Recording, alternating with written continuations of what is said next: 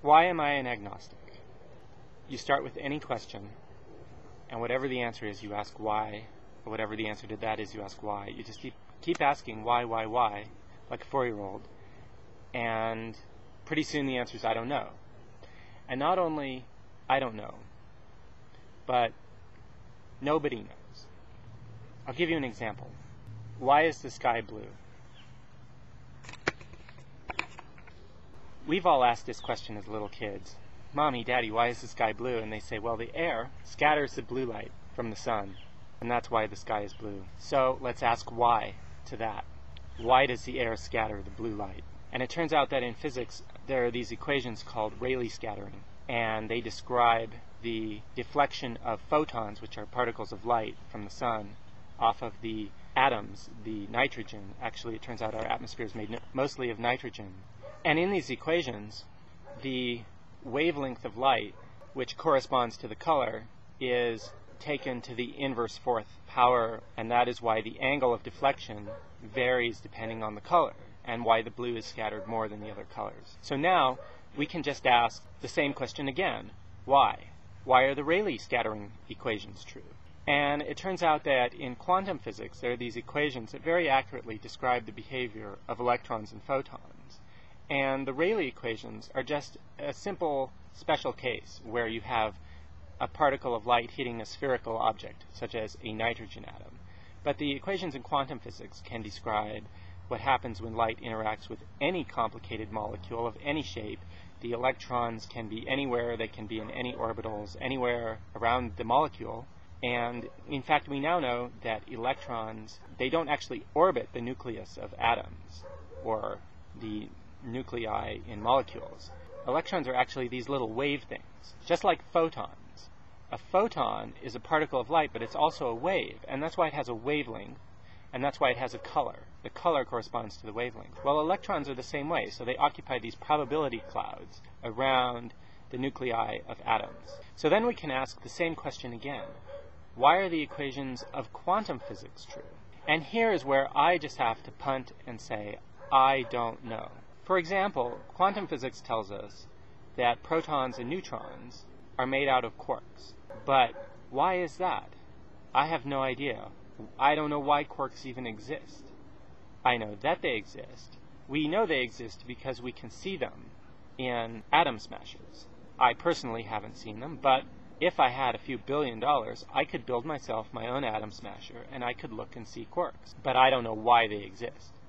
So instead of asking the question of why light scatters in the atmosphere, another angle we could take on the question of why the sky is blue is why our planet even has an atmosphere in the first place. To answer that question, you need to look at the formation of the Earth and the formation of the solar system. And then, of course, you could ask why to that, and you'd look at the formation of the galaxy, and you could ask why, all the way back to the Big Bang. I don't know why the Big Bang happened. We know that it happened because we can see the distribution of elements all around the universe.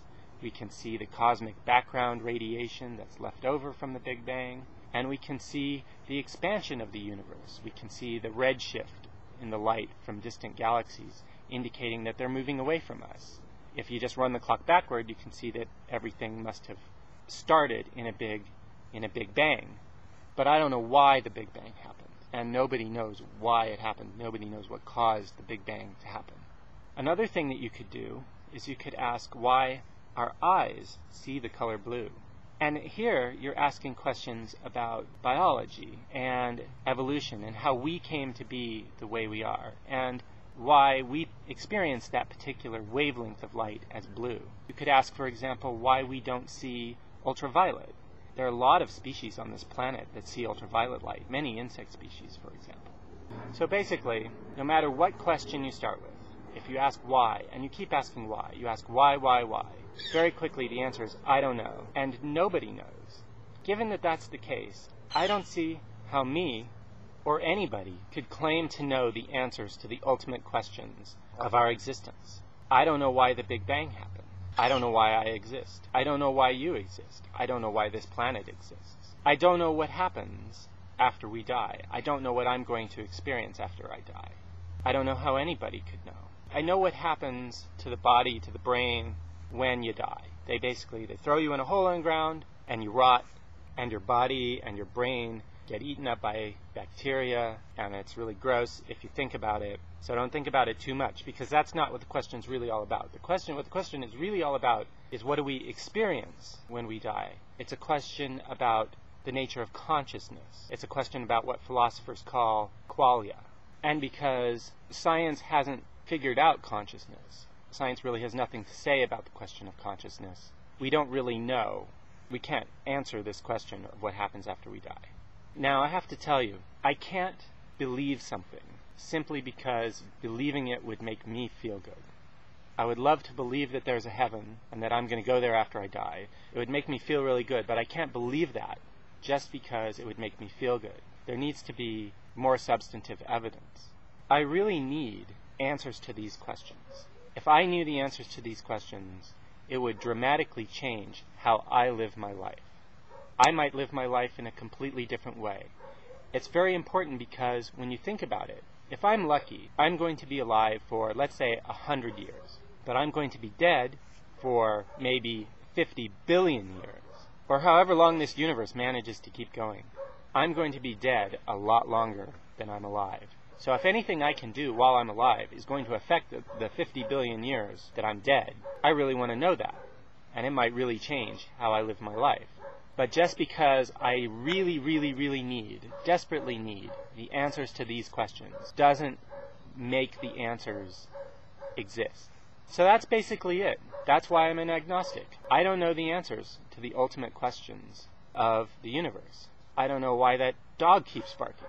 I don't know why the Big Bang happened. I don't know why I exist, or you exist, or the planet exists. I don't know what happens to us after we die. And I don't know why people care so much about Britney Spears. That is why I'm an agnostic.